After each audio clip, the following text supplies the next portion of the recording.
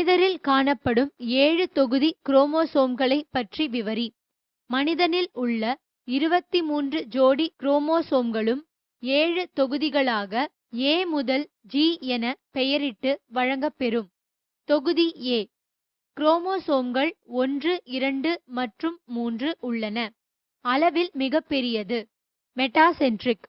தொகுதி B. குரோமோசோம்கள் 4 மற்றும் 5 உள்ளன. சார்பு மெட்டாசென்ட்ரிக். தொகுதி 3. குரோமோசோம்கள் 6, 7, 8, 9, 10, 11, 12 மற்றும் X உள்ளன. மிதமான அளவு. சார்பு மெட்டாசென்ட்ரிக். X குரோமோசோம் 6வது குரோமோசோமை ஒத்திருக்கும். இது மிகப்பெரிய தொகுதியாகும். தொகுதி D. குரோமோசோம்கள் 13, 14 மற்றும் 15 உள்ளன. மிதமான அளவு. ஆக்ரோசென்ட்ரிக். தொகுதி E. குரோமோசோம்கள் 16, 17 மற்றும் 18 உள்ளன. அளவில் குட்டையானது. சார்பு மெட்டாசென்ட்ரிக் அல்லது மெட்டாசென்ட்ரிக். தொகுதி F. குரோமோசோம்கள் 19 மற்றும் 20 உள்ளன. குட்டையானது. மெட்டாசென்ட்ரிக். தொகுதி G. குரோமோசோம்கள் 21, 22 மற்றும் Y மிக குறுகலானது. ஆக்ரோசென்ட்ரிக். மரபியல் பொறியியல் சாதனங்கள் பற்றி கூறுக. நொதிகள்.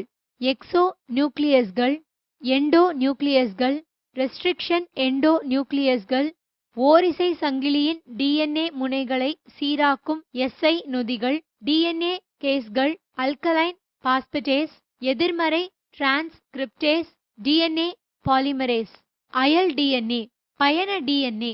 இதுவே நொதியில் பிரித்தெடுக்கப்படுகின்ற மற்றும் பிரதியெடுக்கப்படுகின்ற DNA சங்கிலியின் ஒரு குறிப்பிட்ட துண்டம் ஆகும். குளோனிங் வெக்டார்கள்.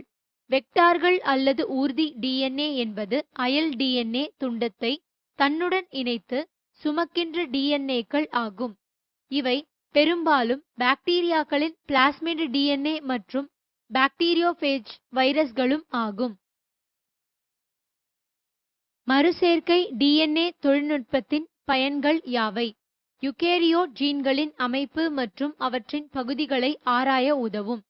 மரபு பொறியியல் பாக்டீரியங்கள் மூலம் சில உயிர்காக்கும் மருந்துகள், வைரஸ் மற்றும் கேன்சர் எதிர்ப்பு இன்டர்ஃபெரான், மனித வளர்ச்சி ஹார்மோன் ஆகியவை பெறப்படுகின்றன. நோய் எதிர்ப்பு திறன் கொண்ட புதிய டிரான்ஸ்ஜெனிக் தாவரங்களை உருவாக்க உதவும்.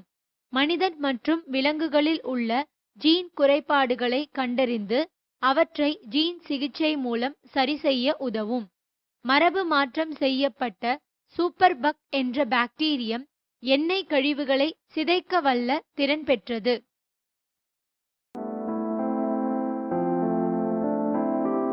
Please subscribe our channel for more videos and educational contents.